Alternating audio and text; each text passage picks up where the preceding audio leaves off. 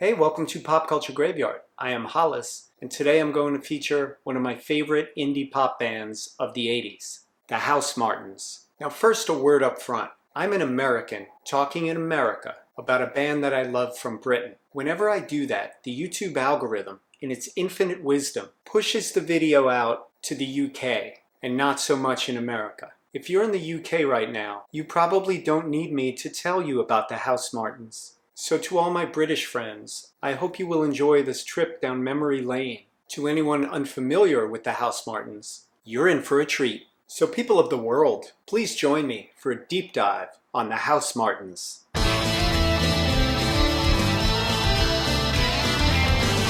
I first heard about the Housemartins from Morrissey. We met at an Abstinence Anonymous meeting, which I catered.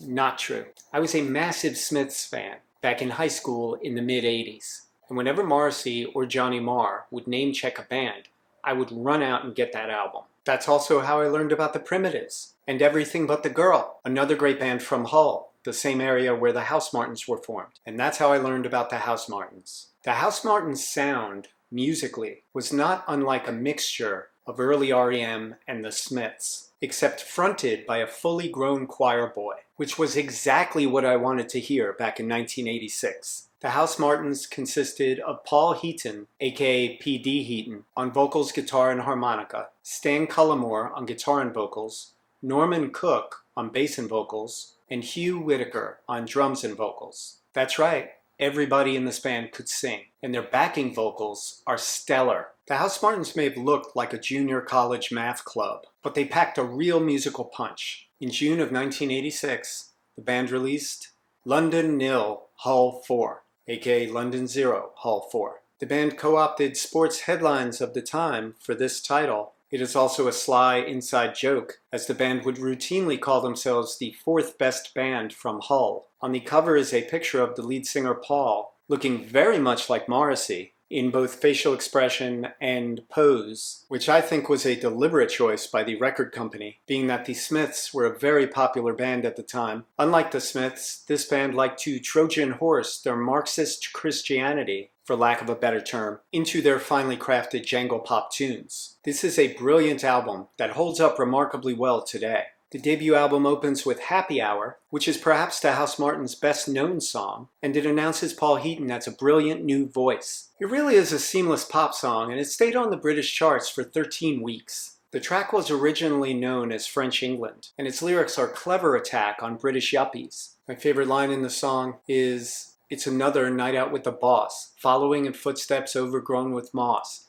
and he tells me that women grow on trees, and if you catch them right, they will land upon their knees." Such intricate detailing of a lousy night out with your blowhard boss. It's a gorgeous sounding single, and the Christmas chimes that come in during the middle eight is such a lovely touch. It's followed by Get Up Off Our Knees, which is a brilliant takedown of the British class system, and homelessness in particular. The lyrics to this song are next level great. Famines will be famines, banquets will be banquets. Some spend winter in a palace, some spend it in blankets. Don't wag your fingers at them and turn to walk away. Don't shoot someone tomorrow that you can shoot today. What? Crazy, crazy great lyrics. Between the Smiths and Echo and the Bunnymen and the Housemartins, there were so many brilliant lyrics coming out of England at that time. It's staggering. And this song has such a brilliant, heartfelt message. The piano brings some Motown flavor to the song, much like the organ does in the jams A Town Called Malice. When the band gets in the pocket and things get really quiet, is when the band really starts to cook. Such a great song.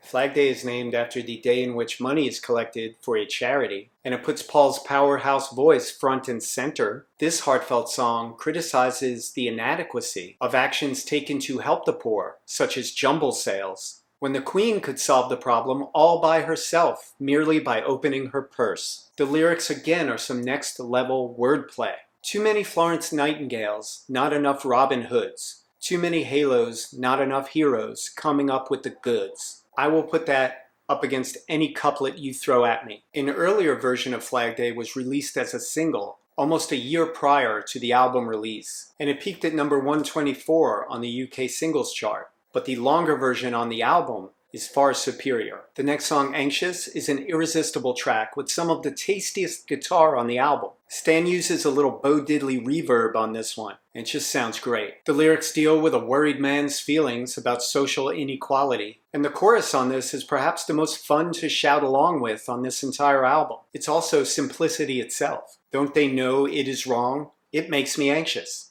Fucking A, it does. Reverend's Revenge is an instrumental with some of the best music on the whole LP, and Paul really steals the show blowing harp on this one. Sitting on a Fence calls out people who refuse to take part in helping to make things better, and the lyrics are typically pointed. But the real problem with this man is he says he can't when he can. He'd rather not get his hands dirty. He'll still be there when he's 30. Sheep kicks off side 2 and is the bounciest track on the album. It's got a very lively bass line from Norman, who turns out to be the band's secret weapon when you listen closely to the songs. The sheep in the lyrics are your basic humans who travel like drones to their office jobs. And this track features even more endearing backing vocals. Over There sounds like a fun song, but it's basically about how people have built walls to separate themselves from each other. The song's closing yelps by Paul are very early Morrissey. Think for a Minute is a plea for human interaction. I like to imagine it happening on the eve of nuclear destruction, but maybe that's just me. I always enjoy raising the stakes, and it features yet another gorgeous Paul vocal. We're Not Deep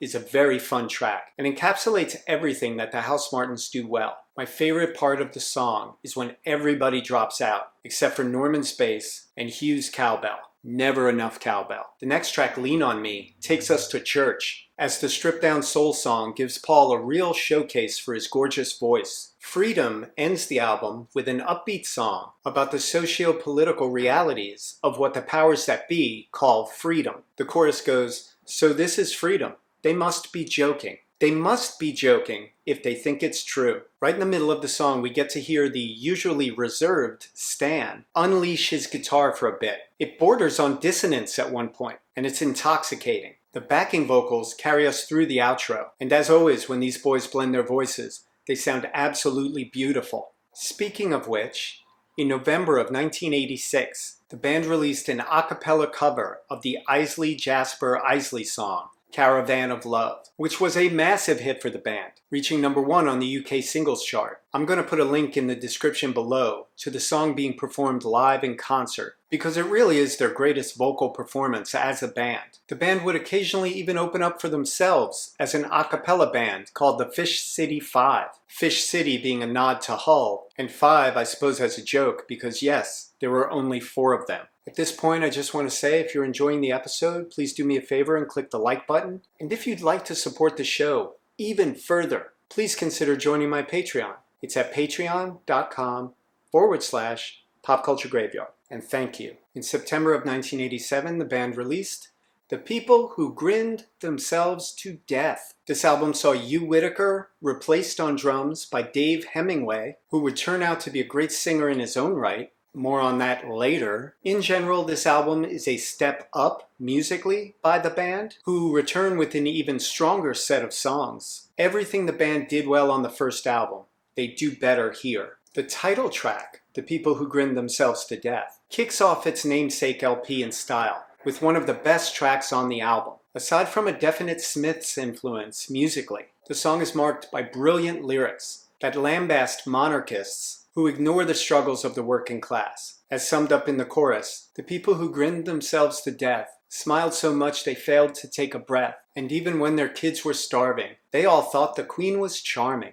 I Can't Put My Finger on It has a wonderfully bouncy melody and very pretty vocals over what's essentially a dastardly song. The next track, The Light Is Always Green, subtitled on the LP as For Young Male Pop Star, is a real highlight on this album. This lush ballad encapsulates the light-speed pace of pop star life with pinpoint accuracy, and always leaves me wanting more. For me, this gorgeous ballad accomplishes the same mood that Flag Day did on the debut album, and it provides some very nice variety here. The World's on Fire is a delicious rave-up about the church's biggest threat, which is people not wanting to go to church. It would be an understatement to say that lead singer Paul has a high voice. At one point in The World's on Fire, he hits a high note that sounds like a train whistle. The next track, Pirate Aggro, is a fun instrumental with some righteous church organ and some more great harmonica from Paul. The next song, We're Not Going Back, is my deep cut on this album. It rocks harder than any other song here, without sacrificing the band's signature sound. It makes sense in a way that the lyrics about the bad old days are set to the most badass guitar on the album. Side 2, track 1, the power slot, goes to Me and the Farmer. It was actually composed on the same day that Stan and Paul put the finishing touches on the composition Happy Hour, so it dates back to their first album days. It was the second single released from the album, and it reached number 15 on the UK singles chart. The song's happy chorus of Me and the Farmer like brother like sister, getting on like hand and blister, belies verses that call out the farmer as a very hated individual who treats everyone badly, from his wife to his workers to his animals. Even Jesus doesn't like this guy. Jesus don't like you, and he likes everyone. And if you extrapolate out as a songwriter that the farmer may not be an actual farmer, but the powers that be at the time in England, you've got an even more interesting song. 5 Get Overexcited is another irresistible winner on this uniformly great album. This is a fun yet tragic song with live fast die young energy to match the lyrics, which seem ripped right out of a newspaper's personal ads. My favorite verse goes, I am Guy from Camden Town. My hair is curly but I gel it down. My clothes are black but my bread is brown. I'm really into early Motown. If one of the things you love about music is getting lost in clever lyrics, prepare to love the Housemartins. Johannesburg slows the album down to a crawl for a not-so-tender ballad that rails against the titular town that made apartheid famous. The song personifies Johannesburg as something that the person wants to disappear. He doesn't want it to change. He doesn't want it to soften its stance. He simply wants it to go away forever. And the fact that it's couched in such a beautiful ballad just brings an ironic beauty to the whole thing. Bow Down is another of my favorite deep cuts on this album. It deals with teenage alienation, existential angst, and childhood abuse. And as usual, it wraps them all in a very appealing musical package. Whenever the band add piano to the composition, it always just raises the song to another level. This track features very effective backing vocals from St. Winifred's School Choir that produce an almost chilling effect given the nature of the lyrics. You Better Be Doubtful is one of the best songs on this LP, and it rails against wealth inequality and the raw deal given to everyone at the back of the line. Musically, it's very reminiscent of early Smiths, but vocally, it's got Paul's signature pop song sensibility. The album ends on Build, a very moving track about just how easy it is for builders to sweep away the remnants of someone's life. Third single from this album. I believe this song is about forced relocation for the common good, which puts progress above the individual. The song is unique for the Housemartins in that it features drummer Dave Hemingway on lead vocals during the choruses, while Paul is left to sing the verses and the bridge. It is a bittersweet way to end this album, and I love it. All in all, this record is a step up from their debut album, and it still holds up as an indie pop classic. Inexplicably, after only a 3-year recording career, the Housemartins broke up, citing musical differences. Norman had a few hits with different collaborations on the burgeoning club music scene, but he eventually found global success after he went solo and changed his name to Fatboy Slim. Stan quit music altogether for a while and simply wrote kids' books. Paul wanted to go in a more soulful, jazzier direction, and the drummer Dave put down his drumsticks to become co-vocalist with Paul, joining guitarist Dave Rotheray in their new group, The Beautiful South. If the Housemartins were the jam, then The Beautiful South were the style council. So please, check out the Housemartins, check out The Beautiful South, check out Paul's solo albums, and also check out Paul's more recent work with Jackie Abbott, a former vocalist with The Beautiful South. Paul Heaton might just be the most underrated singer-songwriter in Britain today. Yeah, I said it. What? I hope you enjoyed this deep dive on the Housemartins. If you did, please do me a favor and click the like button. Don't forget to subscribe, and I will see you next week with a lot more cool stuff. Morrissey's my father. We shared a cold water flat in Leeds. He and I shared a bedsit in Dagenham. We were each in the same tattoo parlor. We met in a hostel. We met in line at a vegan bakery. I was Morrissey's pool boy. We met at Partners Without Pity. We met at a bar mitzvah in Dingle. We had signed up for his and his massages. Okay, enough about that. I'm getting off topic.